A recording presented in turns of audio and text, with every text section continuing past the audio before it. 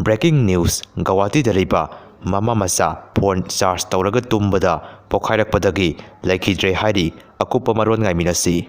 Asibagi maran Manipur lengakna tonbra India lengakna tonbra COVID-19 da laikhidraba mioi singda Supreme Court na lupa lising yankai piu haikhrabasu Bishnupur district ki mioi nipuga talet ki di piramdre. Mitop khandoklaba tungda session pangthokpana asumba khongthang oigani Jitendra Ningombam. PM Modi na 2021 dagi 2024 phawbada mapa lebak singda satpa khongsat singda lupa karor saniga marfutara manga sangki.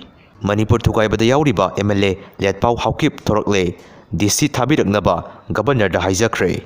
Speaker Senator Amit Sahaga unadri Mla Mayam Delhi da Paishinkhre.